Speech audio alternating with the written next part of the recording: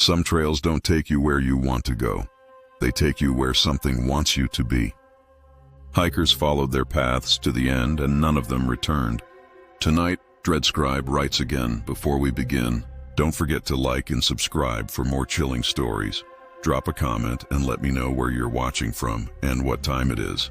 I love seeing where everyone is tuning in from.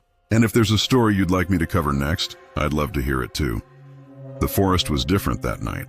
I had hiked these trails countless times before, but the mist that clung to the pines seemed unnaturally heavy, almost alive.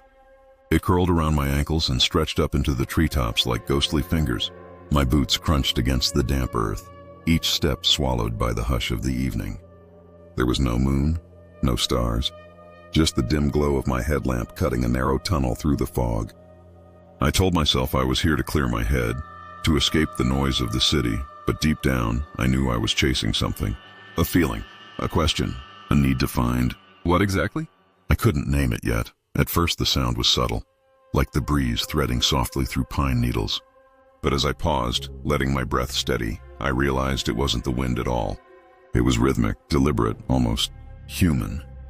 Whispers. Dozens of them, hushed and weaving together, rising and falling like the tide. My chest tightened. Maybe there were other hikers nearby, or a group camping off the trail. That had to be it. I forced a laugh into the mist, but the sound felt out of place, like laughter in a cathedral.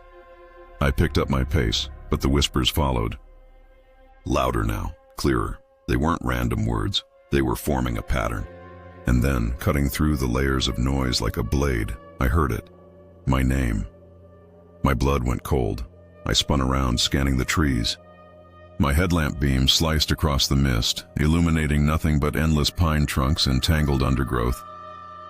The forest swallowed the light like ink in water. My heart hammered in my chest. I wasn't superstitious. I didn't believe in ghosts or forest spirits.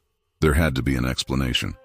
Maybe someone was playing a prank, or sound was carrying strangely through the valley. Still, my fingers tightened around the handle of my flashlight as though it could ward off whatever lingered in the dark. I pressed deeper into the woods, determined to find the source. That's when I noticed the markings. At first, I thought they were scratches from animals. But as I crouched closer, my breath fogging in the cold night air, I saw deliberate shapes carved into the bark. Circles, intersecting lines, spirals, patterns that seemed almost mathematical, like constellations etched into wood. My pulse quickened. The symbols weren't random.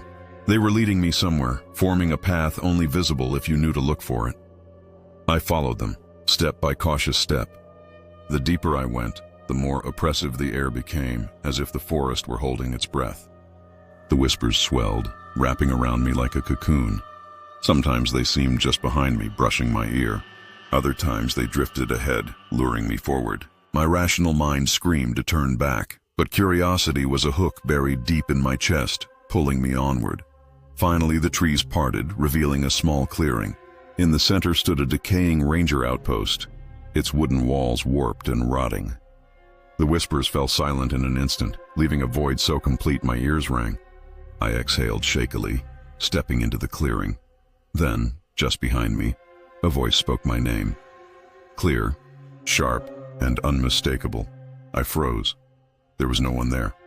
My flashlight flickered once, twice, then died, plunging me into suffocating darkness. Darkness pressed like velvet over my eyes, and I held still to keep from cracking the silence. My breathing sounded wrong, my heart beat a moth in a jar. I lifted the dead flashlight anyway, a useless relic raised like a ward, and waited for my name again. It didn't come. Absence spoke instead. You are alone, you are being measured. A pine cone fell and rolled. Small thunder crossed the clearing. I edged sideways until my shoulder hit rough wood. The outpost's wall was coarse as shark skin. My fingers found a seam, then a cold handle. The door gave with a sigh. Inside, the dark cooled, smelling of old paper and iron. I thumbed the headlamp from habit. Nothing. I thought of Elias, my brother, my field biologist compass, who said fear was a misfired hypothesis. He died on a glacier, but his voice still sketched my choices like a faint star. I raised my phone and a bloom of light peeled the room from shadow. Dust hung like galaxies. A mapboard leaned crooked, roads faded to arterial pink. A metal desk sagged, drawers rusted, one ajar like a yawn. On the far wall, pine bark panels made a grid, each etched with careful symbols. Seen together, they read like frost language, a scripture winter writes on glass. I photographed the grid. Thumbnails braided into spirals within spirals, ratios remembering nautilus shells and storm eyes. Nature rhymes with itself, Elias taught me. The world is a poem if you listen. At the center, a new panel gleamed, sap-tacky, my name carved into the geometry. Who could know I'd come tonight? Why inscribe me at all? I braced for silence, but the room answered. A low hum rose under the floorboards, round and mineral, like a voice sung through stone. The compass needle on my phone spun like a dervish, then locked due north, straight at a hairline seam in the wall. The hum thickened. A second tone braided it, two streams meeting in a cold bowl. What were they tuning for? I pressed my ear to the seam. Air licked my skin. Behind the boards, the building exhaled a breath. I hooked my fingers and pulled. Wood groaned. A slat shifted. A pocket opened, no larger than a coffin lid, revealing a tunnel shouldered with roots and ribs of stone. The smell was loam and far water. My phone's light reached a hand into the throat of earth. Footprints dented the silt, set, booted, recent. The stride looked familiar. I measured with my heel and felt panic bloom. They were mine. Not size, but habit. The left foot's outward bias, the right's harder push. As if I had already gone and returned. As if the forest had written my passage like a palimpsest. People disappear because they follow themselves, Elias said, and I finally understood. A breeze flowed from the tunnel, cool as a question. The hum deepened. Whispering returned, not ahead but around me, like water filling a cup. My name surfaced and sank. I almost turned back, ready to blame wind and nerves. Then the phone pulsed once, a heartbeat. A new voice memo appeared, time-stamped minutes from now, titled with coordinates. The pin hovered beneath the outpost. I stepped into the tunnel, and the panel settled shut behind me, a lid. The dawn was pale and unfinished, a watercolor sky smeared with the first hesitant streaks of light. My breath steamed in the chill as I trudged along the damp trail, the earth beneath me soft and spongy from last night's rain. The forest was waking slowly, every branch dripping, every sound amplified in the hollow quiet of morning. I had started this hike to clear my mind, to outrun the noise of the world, but in that fragile hour, I felt more like an intruder than a visitor. The woods seemed to be holding their breath, watching me. It was then that I saw the first print. At first glance, I thought it was just a deep boot impression left by another hiker. But when I crouched down, unease gnawed at my certainty. The shape was wrong, too elongated, the arch unnaturally narrow. Toes splayed like a human foot, yet the outer edge ended in curved indentations that could only be claws. A strange hybrid, as if two species had collided and left a single impossible track behind. My pulse quickened. I scanned the surrounding mud and my stomach dropped. There wasn't just one track. A whole trail of them led off into the trees, each spaced perfectly apart, deliberate, purposeful. I've seen bear prints, cougar tracks, even wolf paw marks during my years of hiking, but this wasn't any animal I knew. Logic told me to turn around and head back to safety, but something deeper urged me forward. Curiosity has teeth, and mine bit down hard. As I followed the trail, the forest grew darker, the trees crowding close like spectators leaning over a fight. The prints deepened in the wet earth, the claw marks slicing sharply into the mud. My boots squelched with every step, and the smell of rotting leaves filled the cold air. I couldn't shake the feeling that I wasn't alone, that the woods themselves were whispering secrets just out of reach. The tracks led me into a narrow ravine I had never noticed before, its sides steep and slick with moss. Light barely filtered through, painting everything in muted shades of green and gray. Here the prints became erratic, zigzagging as though whatever left them was pacing, confused, or hunting. My skin prickled with an ancient animal awareness, the sensation of being prey.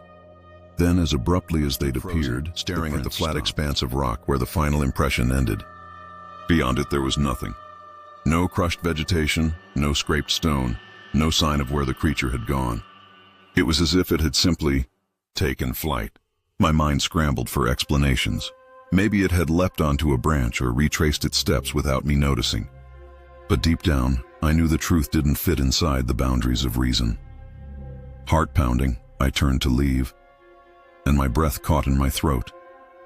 There, beside the strange clawed prints, were my own boot marks. But they weren't pointing forward. They led back toward the way I'd come, as if someone, or something, had been following me the entire time. For a moment, my body simply refused to move. The sight of those backward-facing prints rooted me in place as effectively as the cold mud beneath my boots. I stared, willing my brain to find a rational explanation. Maybe I'd doubled back at some point without realizing it.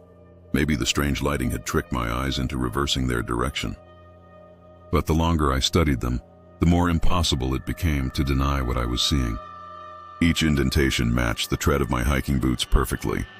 The same slight scuff on the left heel, the same deeper groove on the right toe.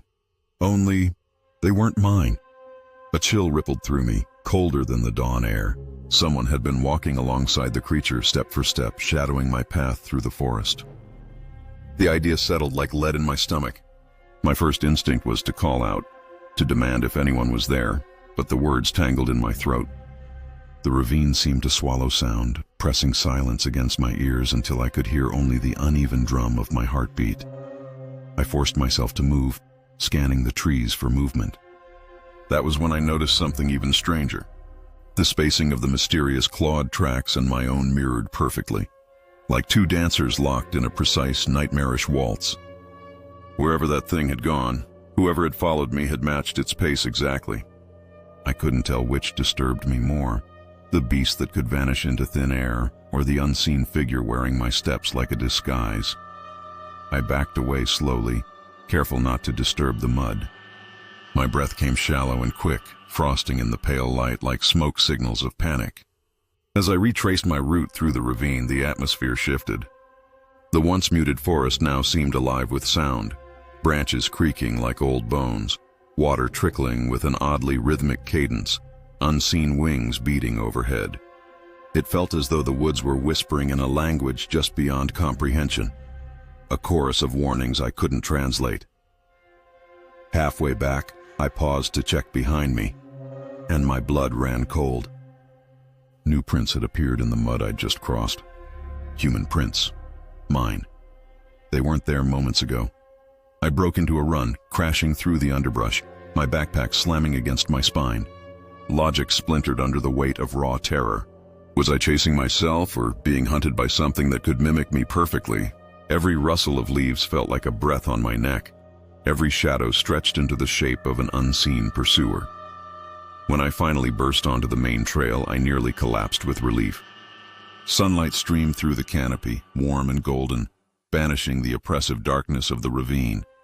But when I looked down, my stomach dropped all over again. The trail ahead was pristine, untouched, no sign of my frantic escape.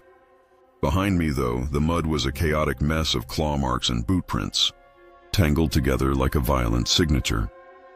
And at the very edge, where the forest met the open path, a single print stood alone, impossibly deep and sharp.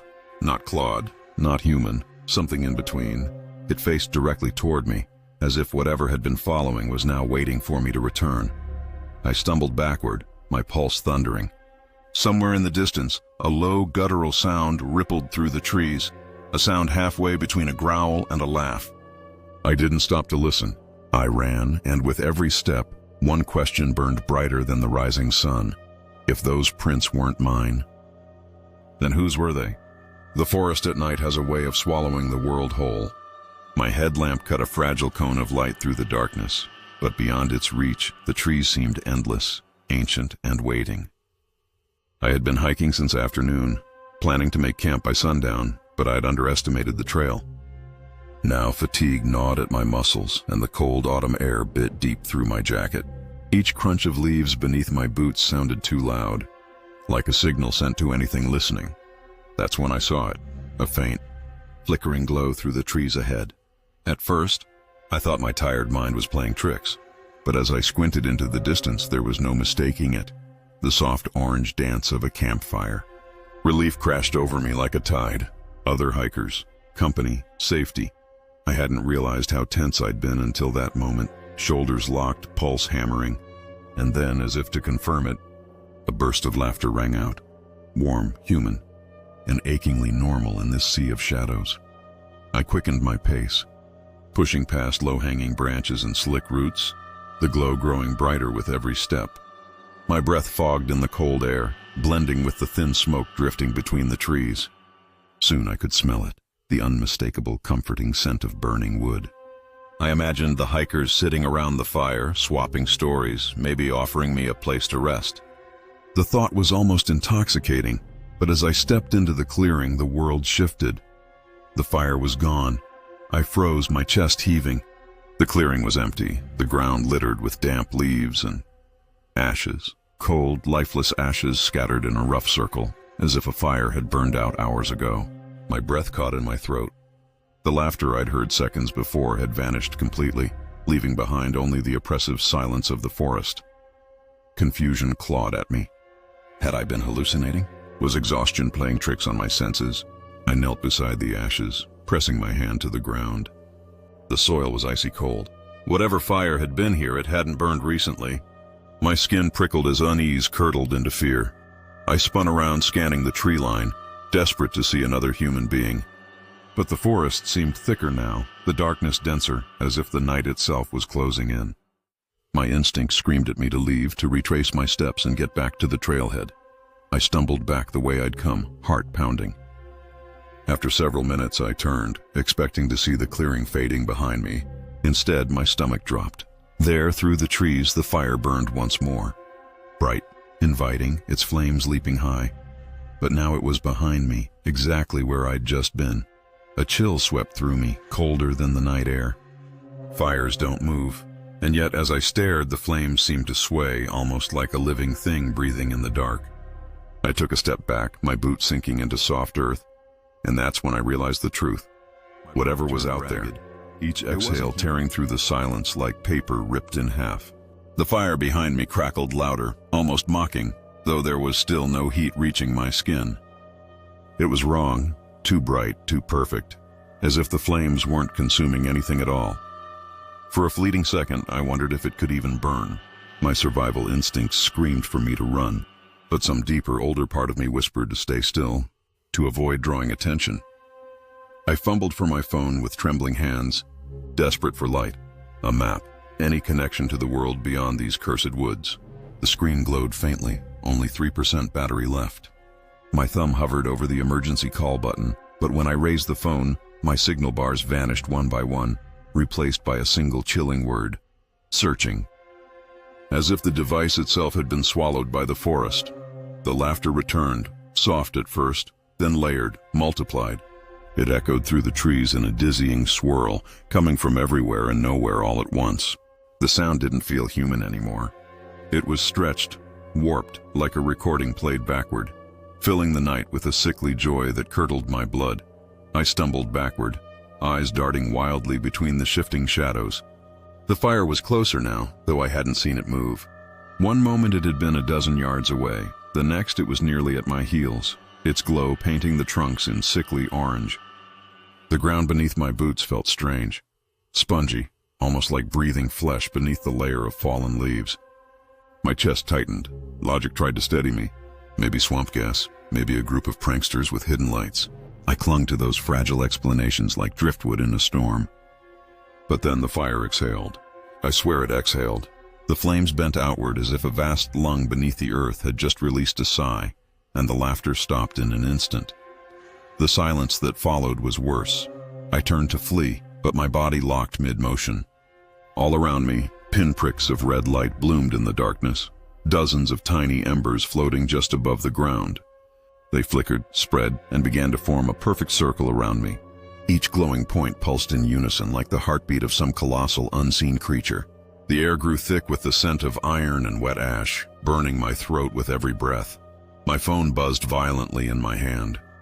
I looked down and saw the camera had turned on by itself. Through its lens, I glimpsed shapes I couldn't see with my naked eye. Figures crouched in the trees, their forms distorted and wrong, like shadows caught mid-scream. The circle of embers closed tighter. My phone died with a final pitiful flicker, leaving me blind. In the pitch-black silence, something leaned close enough that I felt its breath on my ear. A single word, rasped and ancient, slid into my mind like a knife. Stay. Then the fire roared to life around me, and the forest disappeared. The desert was a cathedral of stone and silence, its vastness broken only by the wind sighing across the barren flats. By late afternoon, the sun burned low and red, casting jagged shadows across the sandstone cliffs. Our group of 5 hikers descended into the narrow slot canyon, drawn by the promise of cool shade and ancient beauty. The walls rose on either side like towering bookends, their layered patterns etched with the patience of 1,000 forgotten storms. At first, it felt almost sacred. The air cooled instantly, smelling faintly of minerals and dry earth. Sound seemed to fold inward, our footsteps muffled by the sand. As we wound deeper into the canyon's twisting corridors, the outside world fell away until it felt like we were walking through the ribcage of some colossal, fossilized creature. I remember thinking that this place was older than memory itself, a living relic of time carved by water and wind. As dusk approached, a strange vibration began to ripple through the canyon floor. It was subtle at first, like the hum of a faraway engine. I assumed it was my imagination or a trick of acoustics, until I realized everyone else had stopped walking too. We glanced at one another uneasy. Then we heard it. Faint, almost imperceptible voices woven into the hum. It wasn't like echoes. Echoes repeat what you give them. These voices, they were speaking on their own, threading through the stone as if the canyon itself had a pulse and a language. Goosebumps prickled my skin. One of the hikers, Maria, froze mid-step. Her face went pale. She whispered that she'd heard her son's voice. Her son who wasn't here, who was hundreds of miles away. She swore he'd called her name, pleading for help. We tried to calm her, saying it was the wind or stress playing tricks, but her eyes were wild with panic. Before we could stop her, she bolted down a narrow passage, her cries bouncing off the walls. We chased her, our lights cutting through the gathering darkness, but the canyon seemed to twist and stretch unnaturally, leading us in circles. When we finally reached the end of the passage, there was nothing. No Maria, no footprints. Just a single handprint smeared across the rock wall, streaked with fine, dark sand, as though someone had been dragged inward into the stone itself. The sight hollowed me out. It was the kind of terror that doesn't scream but seeps quietly into your bones. We shouted her name until our throats ached, but the canyon only returned our voices warped and broken. With night descending, we had no choice but to make camp in a shallow alcove, huddling close beneath the sky cut to ribbons by the towering cliffs. Sleep came in fractured bursts, my mind looping between exhaustion and dread. And then, sometime past midnight, I heard it. A voice, unmistakable and raw with desperation. It was my brother's voice. My brother who had died 2 years ago, echoing from deep within the canyon, begging me to follow. My blood turned to ice. For a heartbeat, I couldn't breathe, couldn't think. The canyon seemed to constrict around me, the night air suddenly dense and suffocating. My brother's voice had been gone for 2 years, silenced beneath the weight of an avalanche that I never forgave myself for surviving. And yet here it was, trembling, urgent, alive. I scrambled to my feet, my pulse roaring in my ears like a war drum. The others stirred, confused, asking what was wrong, but I couldn't form the words. All I could hear was him, calling my name, the sound weaving through the stone like smoke through a labyrinth. It was too specific, too intimate to be a trick of the wind. My brother used to say my name that exact way when he was scared as a child, a fragile plea hidden behind stubborn bravery. The rational part of me screamed to stay put. I had seen what happened to Maria. But grief is its own gravity, and it pulls harder than fear. Before I knew it, I was moving, lantern in hand, following the voice as it rose and fell like a tide.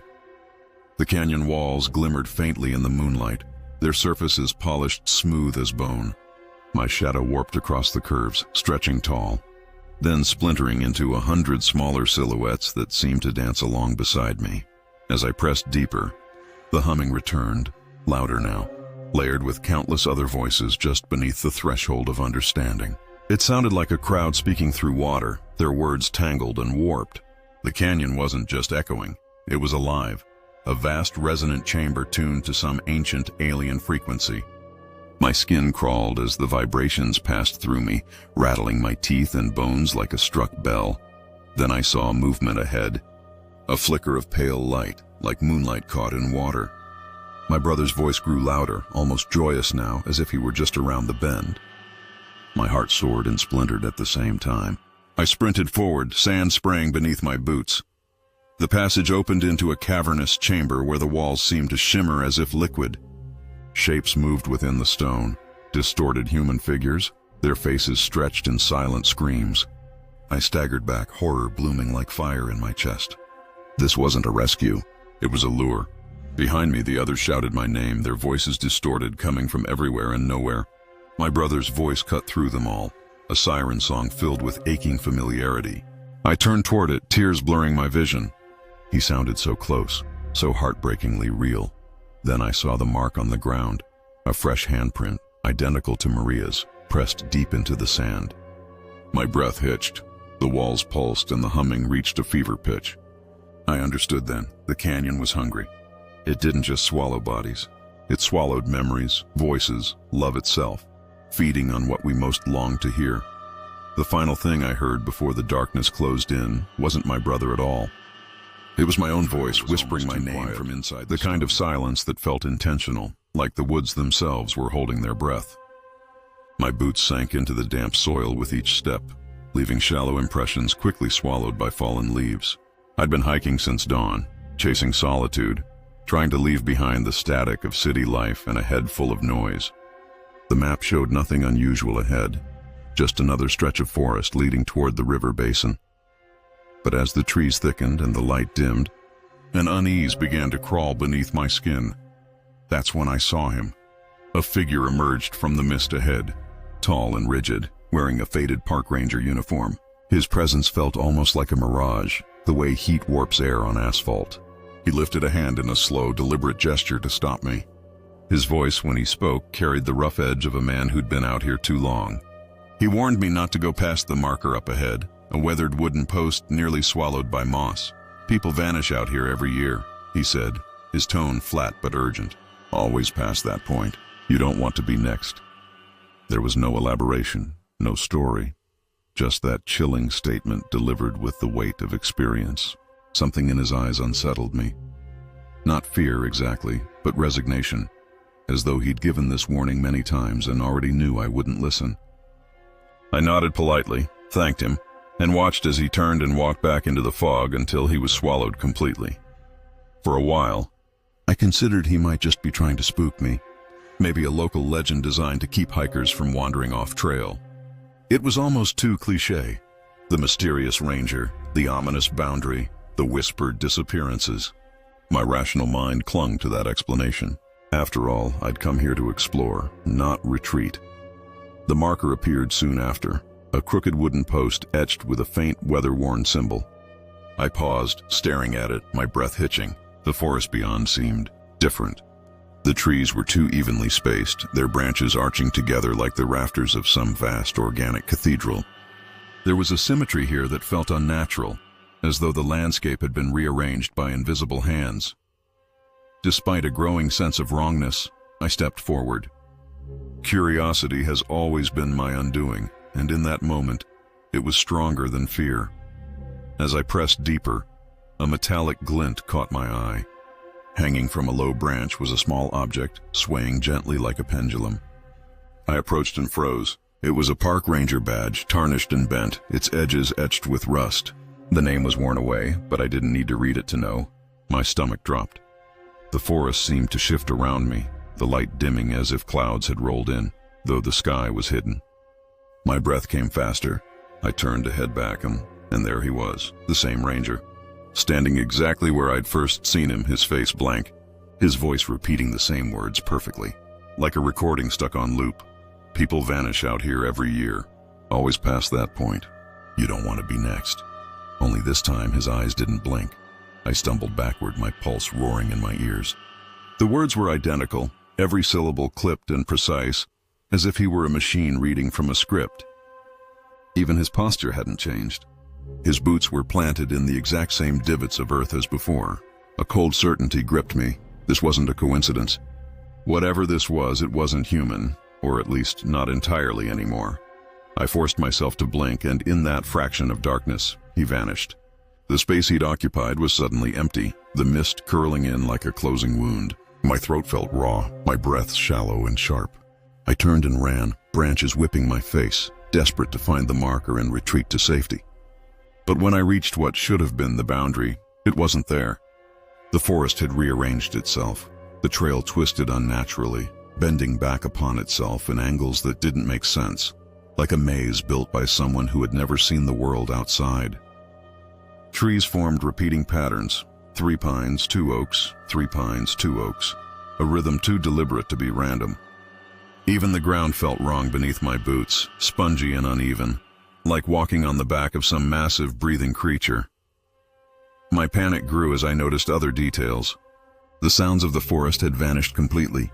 No birds, no rustling leaves, only my ragged breathing. Even my footsteps seemed muted, as though the earth was swallowing the noise. I checked my compass, but the needle spun in wild circles, refusing to settle. It was like the forest itself was unhooked from reality. Then I saw it again, that glint of metal. Another badge, nearly identical to the first, dangling from a low branch like bait. My hands shook as I reached for it, half expecting it to dissolve into mist. The nameplate read James Halloway. The badge was pristine, unlike the corroded one I'd found earlier. I didn't have time to process it before a voice rang out behind me. The same line, the same perfect cadence. People vanish out here every year, always past that point. You don't want to be next. I spun around and my heart almost stopped. There were 2 of him now, one standing exactly where I'd first seen him, the other directly to my left. Their faces were identical, down to the tiniest wrinkle, their eyes wide and glassy, reflecting light like an animal's in the dark. They spoke in unison, the overlapping voices creating a sickly, distorted echo. People vanish out here every year, always past that point. You don't want to be next. I backed away, but with each step, more figures emerged from the fog. 3, 4, 5 rangers, all repeating the same warning like a chorus of broken record players. My vision blurred with terror. It wasn't a warning at all. It was a trap. A ritual meant to disorient and herd. The last thing I saw before I tripped and fell was the forest folding inward, the trees bending toward me like closing jaws, and from somewhere deep beneath the earth, a new voice whispered, perfectly calm, perfectly human, welcome to the point of no return. The storm came down without warning, a curtain of rain so heavy it blurred the trees into gray ghosts. My trail map was useless now, the ink bleeding into indecipherable smudges. I'd been hiking for hours, and with every step the path beneath me dissolved into a swamp of mud and pine needles. The wind howled like a living thing, shaking branches until they sounded like bones clattering in a crypt. My phone had died an hour ago, leaving me cut off from even the illusion of safety. By the time I realized I was truly lost, panic was already gnawing at the edges of my thoughts. I tried to remember the survival tips my father had drilled into me as a kid. Stay calm, find shelter, conserve energy. But calm felt like a foreign language as the cold sank into my bones. That was when I saw it, a faint yellow glow, flickering between the trees like a will-o'-the-wisp. At first, I thought it was lightning reflecting off wet bark, but as I stumbled closer, the glow sharpened into something unmistakable, a window lit from within. My heart leapt, a cabin. Relief surged through me so fast it felt like vertigo. Maybe there were rangers or hunters inside. Maybe this nightmare was about to end. The structure stood in a small clearing, weathered wood darkened by years of rain and rot. It shouldn't have been there. I'd studied this map before the hike. There were no structures marked for miles. Yet here it was, defying reason, its smoke-black chimney stabbing upward into the storm. I knocked once, twice, but no one answered. Desperation overruled hesitation, and I pushed the door open. Inside, the air was warmer, but it carried a stillness that raised the hairs on my arms. The cabin looked frozen, like a photograph of a life interrupted. A round table stood in the center of the room, set for 4. Plates gleamed beneath a thin coat of dust, silverware perfectly arranged, glasses half full of stagnant water. The chairs were all tucked neatly in place, except one, which sat slightly askew, as though someone had risen suddenly and never returned. My gaze caught on an open journal resting near a guttering oil lamp. The handwriting was jagged, frantic, the words slanting across the page like someone scribbling in a panic. It told the story of a man who'd come here to escape, only to realize he wasn't alone. "There's something in the woods," he wrote. "It doesn't come near the cabin yet, but every night I hear it circling. It's learning me, watching." The entries grew more erratic, each page stained with smudges and what looked like dried tears. My skin crawled as I flipped through them until I reached the final page and froze. The date scrawled at the top was tomorrow. And beneath it, in larger, sharper letters, "Don't trust the floor above you. It knows you're here and it wants you to listen." I frowned, confused. There was no second floor. Then I heard it. Slow, deliberate footsteps above my head. Heavy, deliberate footsteps pacing directly above me. My neck prickled as I stared at the ceiling. The cabin wasn't large, and I had inspected it the moment I walked in. There was no staircase, no attic hatch, not even a crawl space. The roof was slanted and low, barely high enough to keep out the storm. And yet the footsteps continued, circling slowly, as though whatever was up there knew I was frozen in place, listening.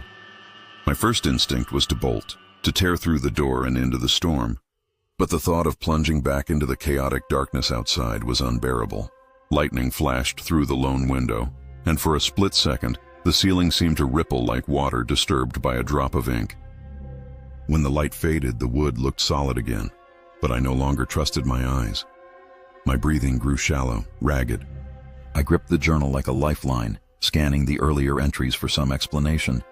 The writer had been methodical at first, detailing wildlife sightings, weather patterns, even sketches of plants he'd discovered nearby. But as the days passed, his words descended into paranoia. He claimed the cabin wasn't always where he'd left it, that sometimes he would leave to gather firewood and return to find it slightly different. Its windows rearranged, its walls warped, as if the structure itself was breathing.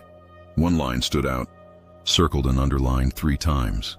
"It doesn't hunt you the way an animal does. It waits for you to doubt what's real." The footsteps stopped. The silence that followed was suffocating, louder than the storm outside. Slowly, I raised my head and whispered a shaky greeting, half hoping some stranded hunter or lost hiker would answer.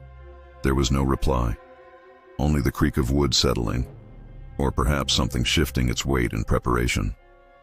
I backed toward the door, each step calculated, my boots silent against the warped floorboards. My hand closed over the cold iron latch just as the journal's final page caught my eye again. This time I noticed a line scrawled beneath the warning, so faint it was almost invisible.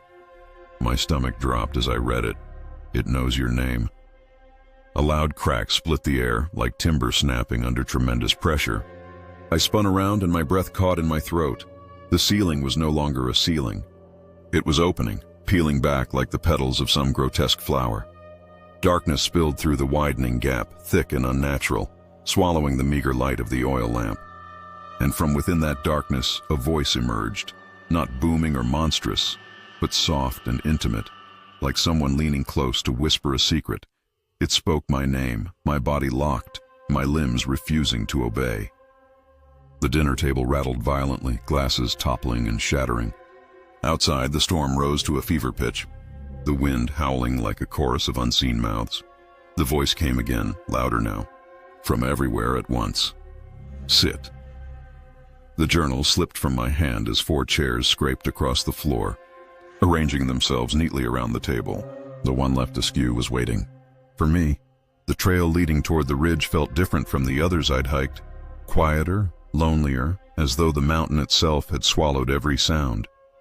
The trees grew sparse here, their twisted forms bent by decades of unrelenting wind. My boots crunched over loose shale, and each step echoed into the distance like a reminder of how far I was from civilization. The sun was dipping low, bleeding red light across the jagged peaks, and with it came an uneasy weight pressing against my chest. I'd been warned about this place. A ranger at the trailhead had said most hikers avoided the ridge, not because it was dangerous terrain, but because of the stories. He never explained further, just gave me a look, a mix of pity and worry, before waving me on. I'd laughed it off then, dismissing it as local superstition. But as the air grew colder and the last scraps of daylight faded, His silence suddenly felt like a warning I'd been too arrogant to hear. That's when I heard the first howl. It rose from beyond the ridge, long and mournful like the cry of a wolf, but not quite. There was something unnatural about it, a resonance that seemed to vibrate through my bones. Wolves have a rhythm, a familiar cadence born of instinct. This sound twisted unpredictably, breaking apart and reforming, like a voice trying to mimic something it had never truly heard. My skin crawled as the echo bounced off the cliffs, circling me. I stood frozen, heart pounding, scanning the growing darkness for movement. Nothing stirred.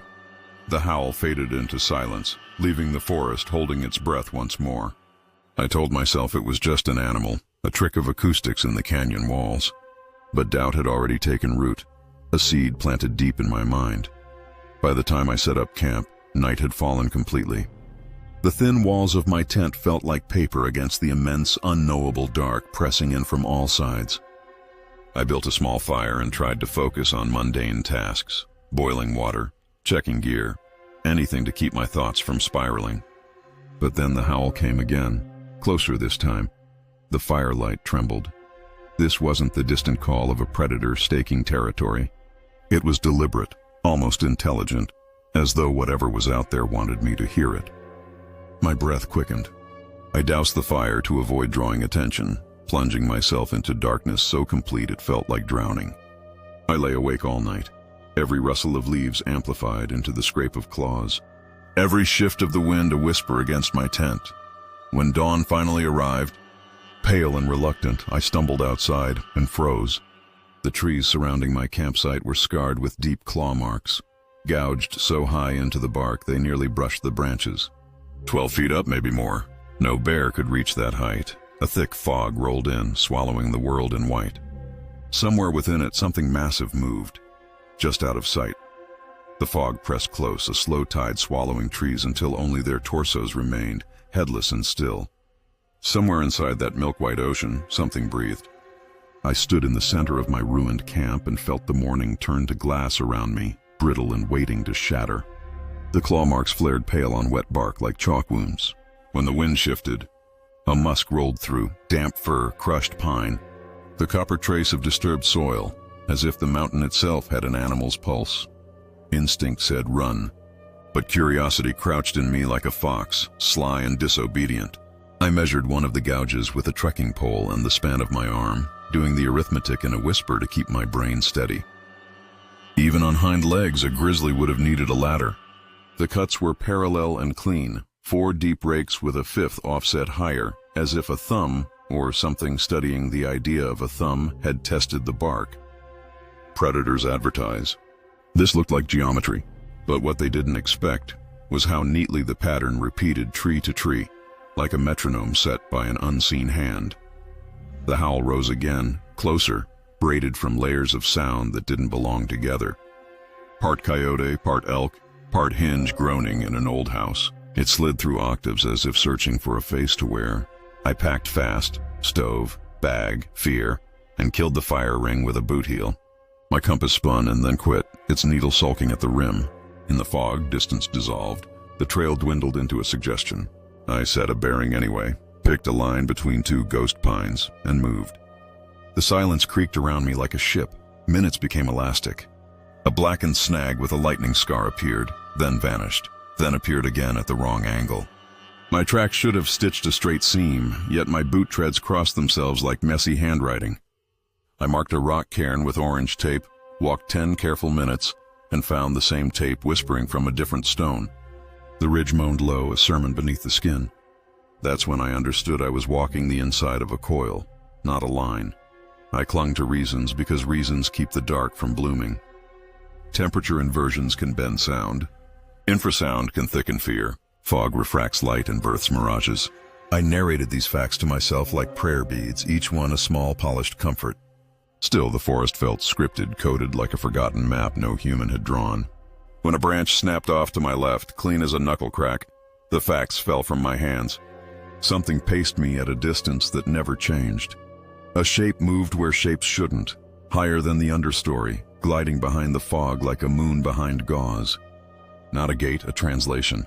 A pair of pale points lifted and hovered, Not eye shine, but the idea of eyes, cold as quartz. I lobbed a stone to triangulate. It landed and came back, tossed gently, as if returned by a polite host. The howl answered itself from 2 places at once. Panicked, I unfolded the paper map for the 10th time, hunting the dashed switchbacks that would cut me west. The print had shifted. Rivers bent differently, contour lines nested like fingerprints I didn't recognize, and the red loop I'd traced last night now circled my coordinates in tightening rings. Trails I knew were replaced by thin, unlabeled paths curving toward a symbol I hadn't seen before. 5 slashes and a small crown. My pen mark pulsed damply as heel struck a track in the slick duff. A fresh impression with splayed pads and a long rear spur, longer than my hand, stamped on top of my newest boot print. Another settled beside it, almost tender. The fog opened an inch. Ahead, the ridge path cleaved in 2, both halves beckoning like twin mouths. Behind me, the return stone clicked against my boot, and the map in my hand bled a new line, thin and red, leading off the page to a single word printed where the paper ended. Stay. The trail markers were supposed to bring me comfort. Bright orange diamonds nailed to trees, they guided lost hikers back to safety, like breadcrumbs through a living maze. But somewhere along this stretch of remote wilderness, they started to feel wrong. Each one I passed seemed just slightly off-center, angled in a way that prickled at the edge of my vision. I told myself it was fatigue. I'd been hiking since dawn, my calves aching and water nearly gone. But deep down, unease had already taken root. By late afternoon, the forest around me seemed to change. The light filtered strangely through the canopy, casting pale, elongated shadows that bent in directions the sun shouldn't allow. I paused to check my compass, but the needle quivered like a trapped insect, twitching instead of pointing north. That was when I noticed the pattern. From ground level, the markers seemed random. But when I climbed a low ridge and looked down, the truth emerged. The trail wasn't wandering aimlessly, it was shaping something. The markers formed precise geometric patterns, spirals intersecting with triangles, lines folding back on themselves like the bones of some ancient sleeping creature. My stomach tightened. This wasn't navigation, it was design. I remembered a conversation I'd had the night before at a dusty roadside diner, where a grizzled local hiker had overheard my plans. His hands shook as he told me about the petroglyphs, symbols carved into canyon walls centuries ago, linked to stories of entire search parties that vanished without a trace. He said the patterns weren't just decorations, but warnings, or maybe invitations. "You'll know them when you see them," he'd whispered, "and if you keep going, you won't come back." At the time, I'd laughed it off, chalking it up to small-town superstition. But now, staring at the precise arrangement of these markers, his words came back with sharp clarity, like a blade pulled from its sheath. The forest grew eerily silent as I followed the symbols deeper. Even the wind seemed to retreat, leaving only the crunch of my boots and the distant echo of my heartbeat. My map no longer made sense. Trails bent in directions the paper didn't show, intersecting and splitting in ways that felt deliberate. It was as though the landscape itself had been rewritten, and I was walking inside someone else's idea of a forest. Dusk bled into the trees, staining the world a bruised purple. My breath came quicker, fogging in the sudden chill. Ahead, through a narrow corridor of pines, I saw it, the final marker.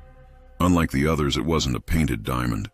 It was carved into a towering slab of stone, ancient and rough, its surface etched with the same spirals and triangles I'd seen from above. As I approached, my compass began to spin violently, the needle whirring so fast it blurred. The air thickened, heavy and electric, and then stuttered. For a heartbeat, the world seemed to pause, like a skipping record, and in that frozen silence, a blinding flash of white light swallowed everything. When the light receded, I staggered forward, clutching my head. My ears rang like I'd been standing too close to a struck bell. At first, I thought the flash had only stunned me, but when my vision cleared, the world was unrecognizable. The trees were gone. The trail was gone. Even the comforting smell of damp pine and earth had been erased. I stood in the center of a barren wasteland, stretching endlessly in every direction. The ground was cracked and pale like dried bone, littered with jagged stones that jutted upward like broken teeth. Above me, the sky was the color of ash, smeared with streaks of sickly green light that pulsed faintly, as though something alive was moving behind the clouds. A wind blew, thin and keening, carrying with it a hollow, almost metallic taste. My mind reeled. I turned in a full circle, searching for the forest, the trail markers, anything familiar. There was nothing. It was as though someone had taken a blade and scraped the world clean, leaving only this desolate place. Panic surged through me, sharp and choking. My first instinct was to check my phone. Maybe it was some kind of seizure or hallucination. Maybe I'd passed out in the woods and only thought I was standing here. But when I pressed the power button, the screen flickered and displayed the home screen for a split second, before my stomach dropped. The date at the top corner read, September 14th, 2026, 2 years ahead of when I'd started this hike. The phone buzzed violently, glitching, as though it didn't belong here any more than I did. GPS couldn't find a signal. The little blue dot spun wildly, then disappeared altogether. The battery dropped from 78% to 2% in seconds, and then the screen went black, leaving me alone with nothing but the whispering wind. A memory surfaced unbidden. The old hiker at the diner, leaning close with wild, fearful eyes. "You won't come back," he'd said. At the time, I'd assumed he meant death. Now I wondered if this was worse. I forced myself to move, stumbling over the uneven ground. My boots crunched on brittle stones that cracked like old pottery. Here and there, I found remnants of things that didn't belong. A rusted water bottle, a shredded backpack strap, a faded trail map fluttering limply against a rock. Signs that others had been here before me, and never left. Then I saw them. Far in the distance, a line of trail markers stood upright, identical to the ones from the forest. They stretched toward the horizon, forming another pattern, this one far more complex, like a sigil burned into the earth itself. The sight of it twisted my stomach. These weren't guides. They were gates, designed to lead travelers exactly where they were meant to go. As I drew closer, the thin green light above intensified, pulsing in rhythm with my racing heart. A low guttural sound rolled across the wasteland, impossible to pinpoint, like the earth itself was growling.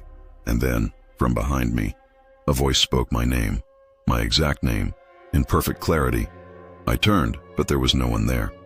Only a single fresh marker standing where I had been moments ago, pointing straight back at me. The trail curved along the lake like a seam stitched between two worlds. The dense whispering forest on one side and the endless expanse of dark water on the other. I'd chosen this route for its solitude, a place where the noise of everyday life couldn't reach me. The lake was beautiful at first glance, a mirror reflecting the overcast sky. But there was something about its stillness that felt wrong. Even the wind seemed to avoid it, skimming over the surface without touching it, as if the water didn't belong to the same reality as the forest around it. Halfway through the hike, I paused to catch my breath. That was when I saw it, a ripple slicing across the glassy surface. At first, I assumed it was a fish or a water bird breaking the calm, but as I watched, the ripple moved against the wind, directly parallel to where I stood. I walked a few steps farther down the trail. The ripple followed. A cold unease coiled through me.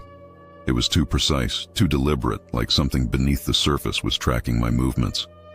I shook the thought away, telling myself it was a trick of the current. But as I rounded a bend, the ripple appeared again, closer this time, its dark curve cutting across the pale reflection of the clouds. Local legends about the lake flickered through my mind. Stories I'd overheard at a nearby diner earlier that morning. A man at the counter had been talking about a town that once stood where the water now lay. A small mining community drowned decades ago when a dam broke. Some said the building still existed far below, perfectly preserved like a ghost town waiting to be rediscovered. Others swore they'd seen lights glowing beneath the surface at night, as if the town had never truly died. At the time, I'd laughed it off. Now, alone on the shoreline, I wasn't so sure. I knelt by the water's edge to refill my bottle, forcing myself to focus on the simple grounding rhythm of the task. The lake was silent, unnaturally so. Even the birds had vanished from the trees. As the bottle dipped beneath the surface, I caught a flicker of movement deep below. I froze, leaning closer. At first, I thought it was just a reflection of the sky, until the glow appeared. Faint Pale lights shimmered far beneath the water, scattered like the windows of a submerged city. They pulsed slowly in and out, as though the lake itself were breathing. My chest tightened as the shapes beneath the lights came into focus. Rooftops, streets, and then faces. One face rose clearer than the rest, pale and distorted by the water. Its eyes locked with mine, wide and unblinking, its mouth opening in a silent scream. I stumbled backward, heart hammering, only to find my boots splashing into water. The narrow strip of shoreline I'd been standing on moments ago was gone. The lake surrounded me on all sides, swallowing the last traces of solid ground. My breath came in ragged gasps as panic surged through me, hot and sharp. I spun in a frantic circle, but there was no shoreline, no trees, no familiar trail, only a perfect, endless mirror of black water stretching into infinity. The air above it felt wrong, thick, heavy, almost gelatinous, as though the lake had swallowed the sky as well. The glowing lights beneath the surface pulsed brighter now, their pale radiance bleeding upward like lanterns rising through deep fog. They weren't scattered randomly. They were arranged. Streets and alleyways took shape, a submerged map of a forgotten town etched beneath the glassy skin of the water. I saw the outlines of houses, a church spire, even a town square with something tall and skeletal rising from its center. My heart pounded as I realized I wasn't floating above a natural lake at all. I was hovering above a graveyard of memories. The ripple that had followed me earlier surged past my feet, forming concentric rings that spread outward with unnatural precision. I swayed, disoriented, and caught a glimpse of movement below. Figures were stirring in the sunken streets. They weren't swimming. They were walking, their feet moving soundlessly across the lake bed as if the water wasn't there. Their heads tilted back in eerie unison, faces pale and warped like reflections in broken glass.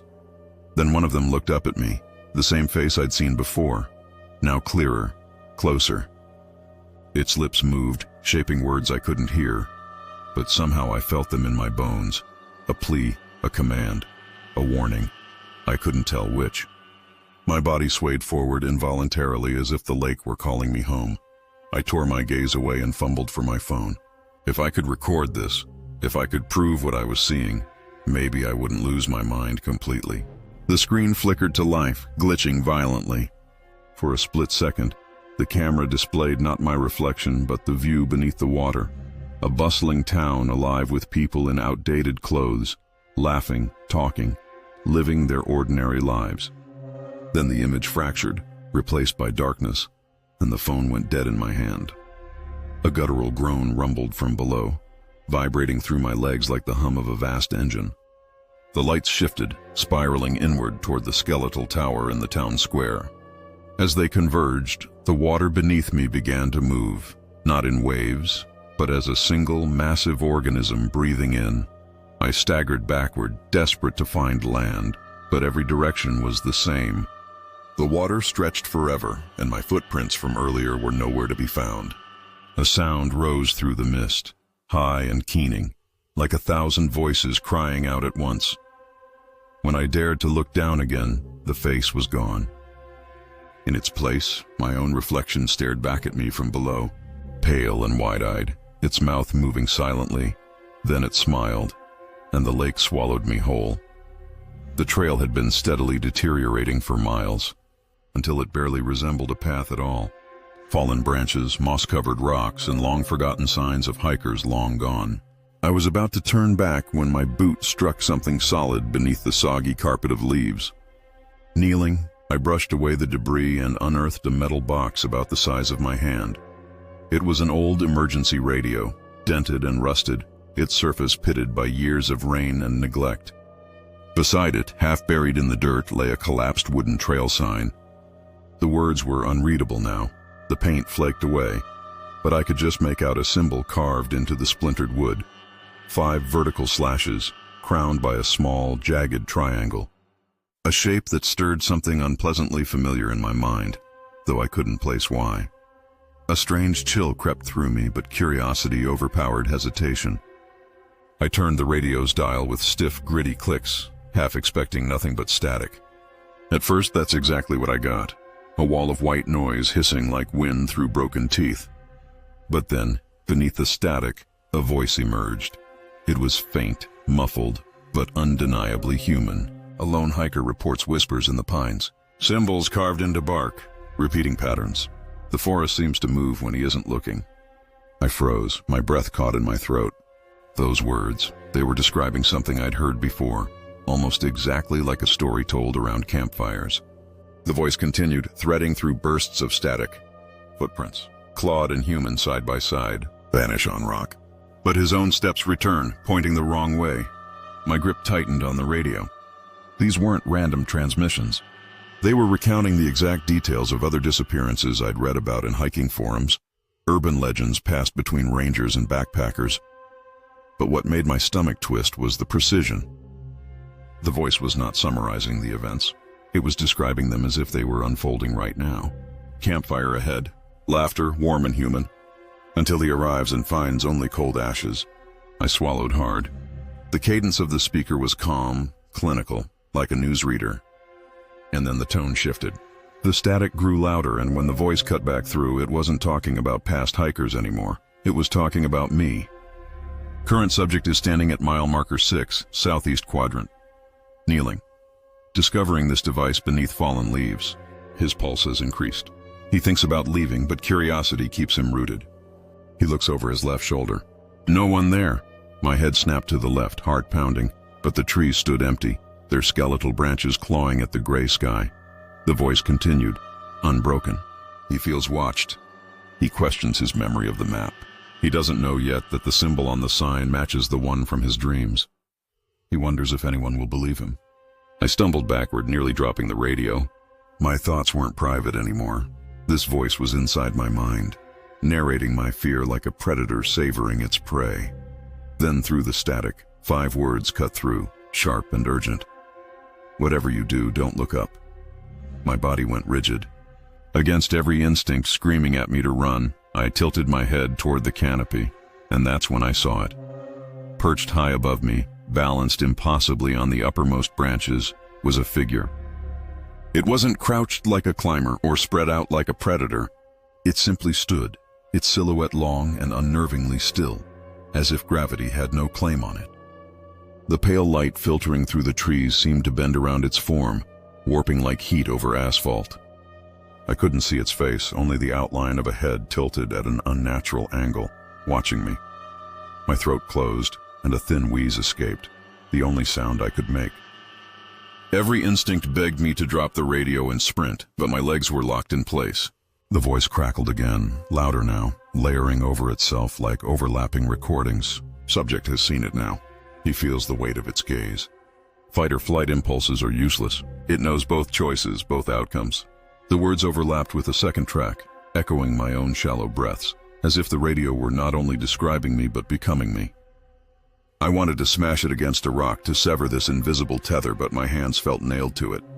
The figure shifted, not by stepping or climbing, but by sliding through space, moving from one treetop to another without disturbing a single branch. My vision blurred with tears and my stomach churned violently.